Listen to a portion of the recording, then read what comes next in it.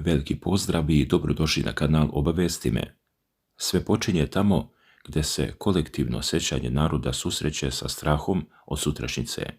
Prema navodima medija, pažnju šire javnosti privukle su priče o beloruskoj isceliteljki i proročici Fjodori Konjuhovoj, čije se ime, kako tvrde pojedini izvori, spominjalo još u sovjetsko doba. Prema dostupnim informacijama, njene navodne sposobnosti navodno su proučavali stručnjaci iz sovjetskih naučnih institucija, a profesor biofizike Viktor Injušin je navodno beležio neobično zračenje iz njenog prisustva. Ipak, zvanično to nikada nije potvrđeno, a za sada nema nezavisne potvrde da je takva ličnost imala istorijski uticaj kakav joj se danas pripisuje. Međutim, ovdje se postavlja ključno pitanje, zašto se baš sada u jeku najveće geopolitičke krize modernog doba iz arhiva vade priče o starim proročanstvima i tajnim sovjetskim eksperimentima. Prema informacijama koje se pominju u medijima, Konjuhovoj se pripisuju vizije o neugodnom letu, vremenu velikih nemira, neobjašnjivoj anksioznosti ljudi i krizi digitalnog sveta.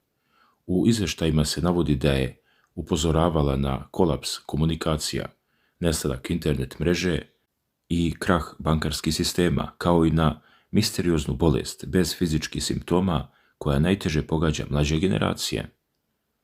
Naravno, ovo treba uzeti s oprezom, jer kako se navodi u analizama medija, mnoga od ovih predviđanja skrojena su naknadno, kako bi se savršeno uklopila u današnje strahove od tehnološke zavisnosti i globalne nestabilnosti. I baš tu nastaje problem, jer se granica između legende i surove stvarnosti namjerno briše.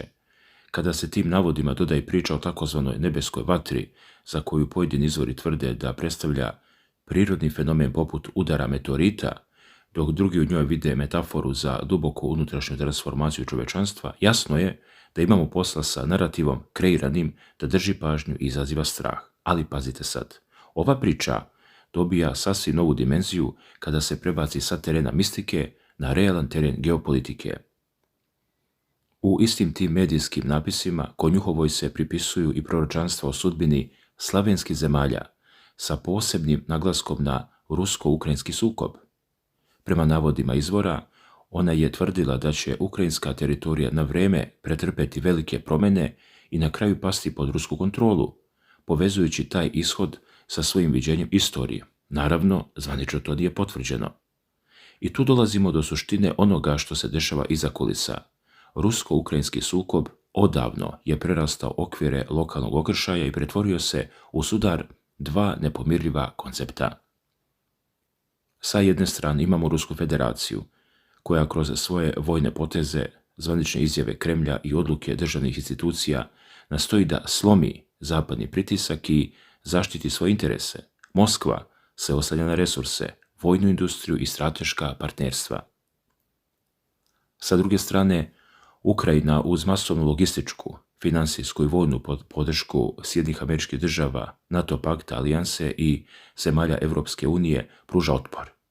Kijev insistira na očuvanju granica, dok zapadni akteri koriste oštre ekonomske sankcije i diplomatske pritiske. U ovoj globalnoj šahovskoj tabli međunarodne organizacije poput Ujedinjenih nacija deluju tromno i nemoćno, dok analitičari upozoravaju da svaka pogrešna procjena vodi ka ivici šireg sukoba. Međutim, ovo menja celu sliku, jer se u vrtlogu ovih podela jasno izdvaja uloga Republike Srbije.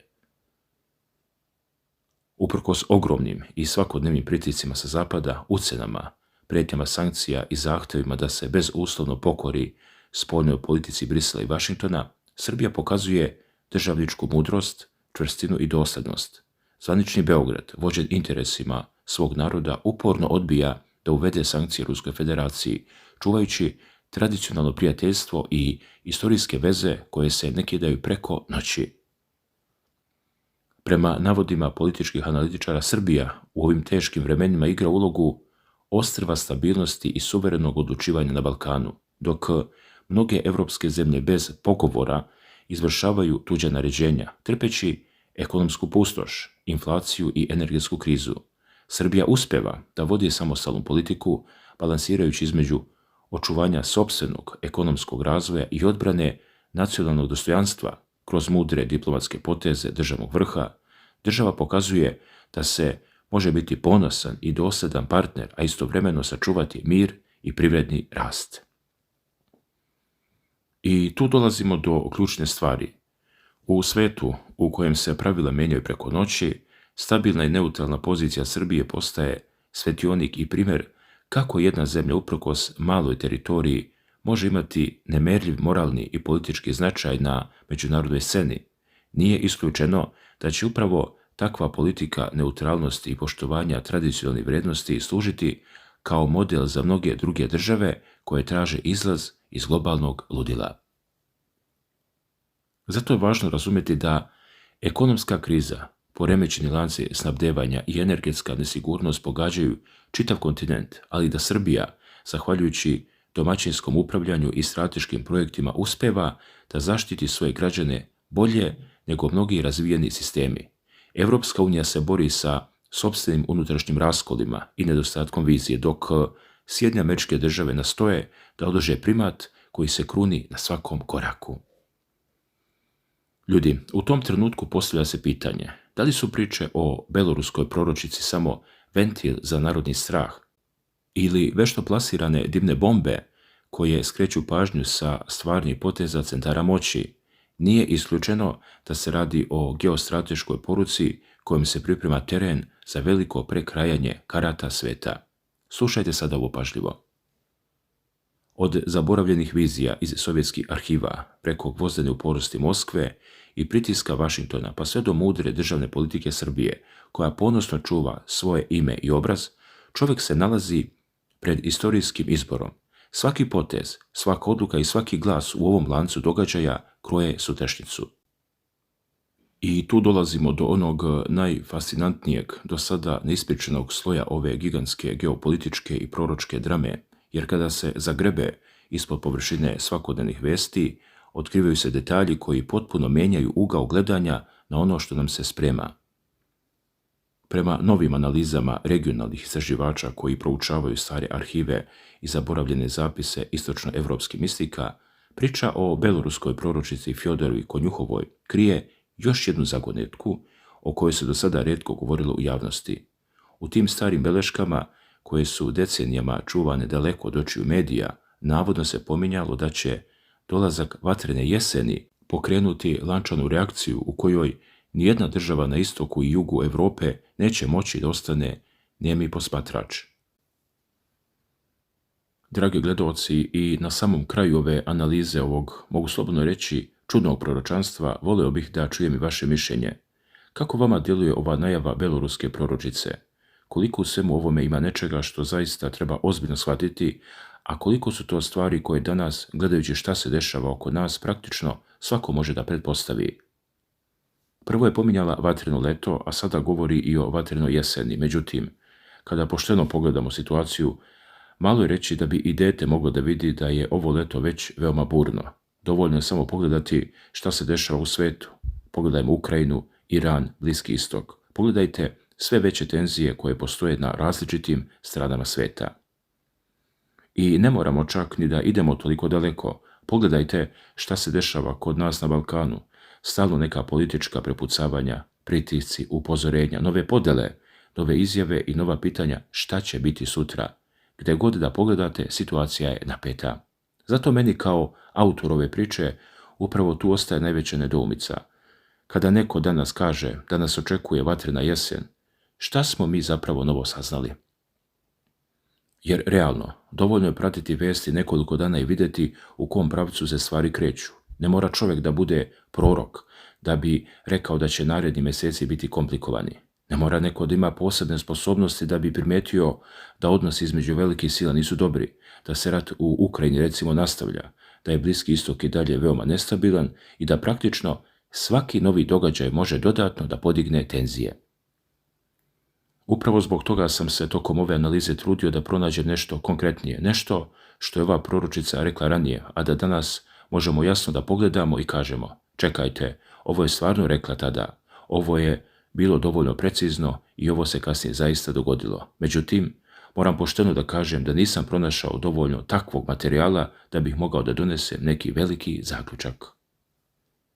Trudio sam se da pronađem i nešto dobro, nešto pozitivno u njenim najavama, da ne bude uvijek neke vatre, problemi, sukobi, nemile scene i teški periodi. Međutim, jednostavno nisam imao dovoljno materijala. Nisam mogao da pronađem nešto na osnovu čega bih sada mogao da vam kažem, evo, ova žena najavila je nešto konkretno dobro što bi moglo da se dogodi. I zato bih ja sva ovakva proročanstva ipak posmatrao sa određenom rezervom. Možemo da ih analiziramo, možemo da razgovaramo o njima, možemo da pogledamo šta je neko govorio pre nekoliko godina i uporedimo sa onim što se kasnije dogodilo. To može da bude interesantno, ali jedna stvar je veoma tužna i važna. Predviđanje nije isto što je činjenica. Kada neko kaže vatreno leto ili vatrena jesen, to može da znači bukvalno 100 različitih stvari.